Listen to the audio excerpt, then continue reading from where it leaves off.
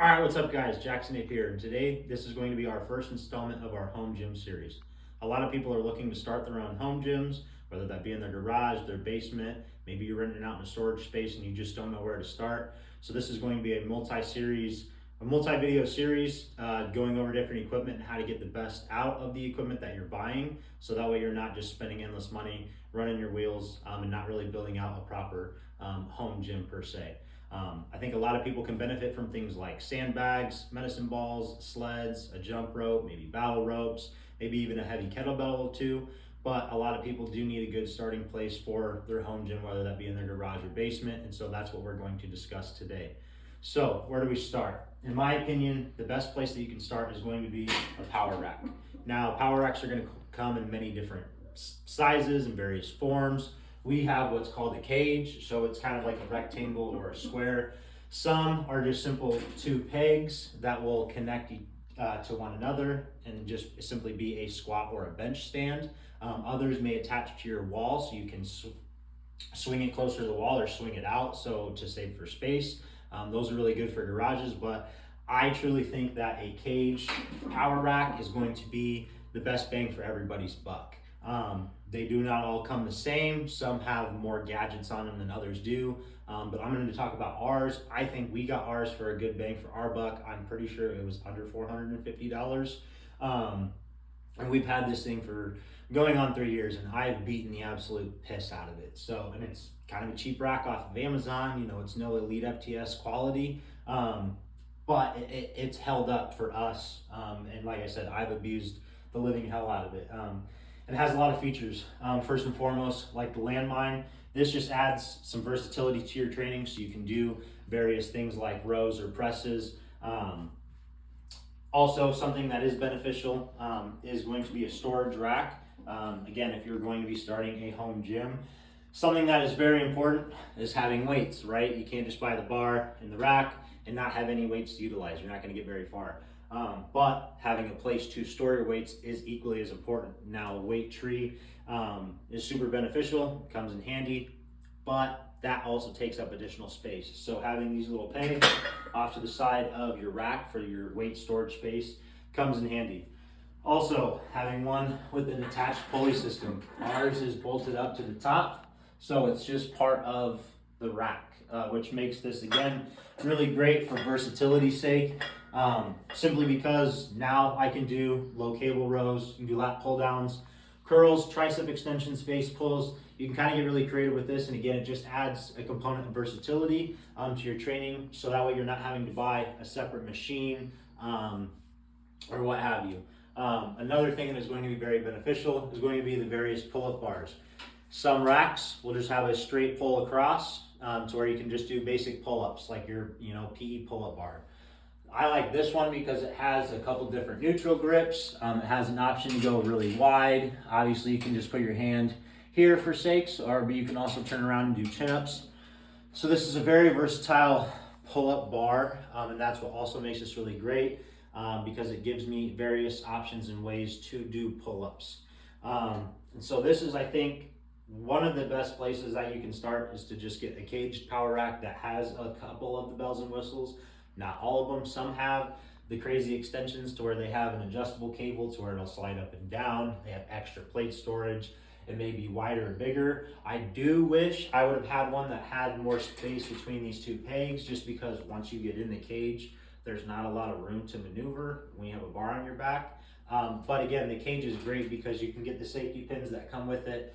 That way you're more protected and you're not just using squat stands or, hoping that you can throw the bar off your back if you're failing a squat. So that's really why I like the cage too, because of the spotter arms, just an added component of safety. Now, the last thing I would recommend, obviously a barbell. There isn't one here just because it was going to take up space. But a bar is going to be very important. Obviously, if you're going to buy the weights, you're going to buy the cage. You're going to have the lat pull down, so you need the weights. But you need something to put the weights on, right? So you're going to need a barbell of some sort. If you're investing in a home gym, buy a quality barbell. Do not buy one that's going to bend. Don't buy one that's just a cheap $100 or $200 barbell. Buy one that's going to last, whether that's an Elite FTS, Rogue, Bells of Steel, what have you, whatever. There's some good barbells on the market that you can absolutely beat the crap out of. Texas Power Bars, We have a handful, and I use all my equipment because I want to get the most out of the equipment that I'm buying. I don't just buy equipment to buy it and let it sit there and collect dust.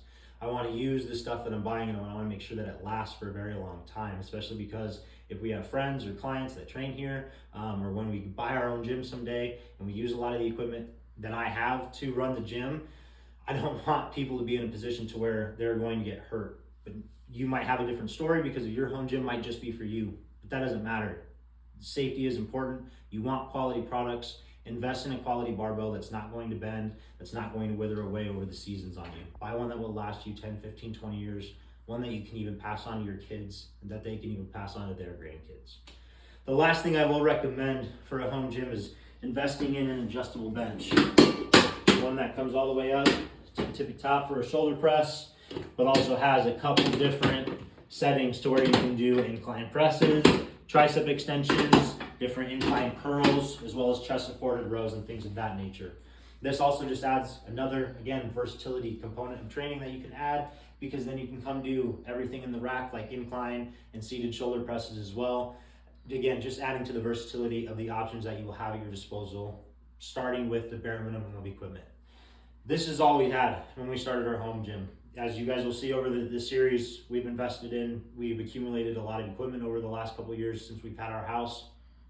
But this is where we started. I had a cage, I had a barbell, I had some plates, I had a bench, and luckily, because of some random Facebook marketplace encounter, I had a football bar and a buffalo bar, but those two things weren't truly necessary.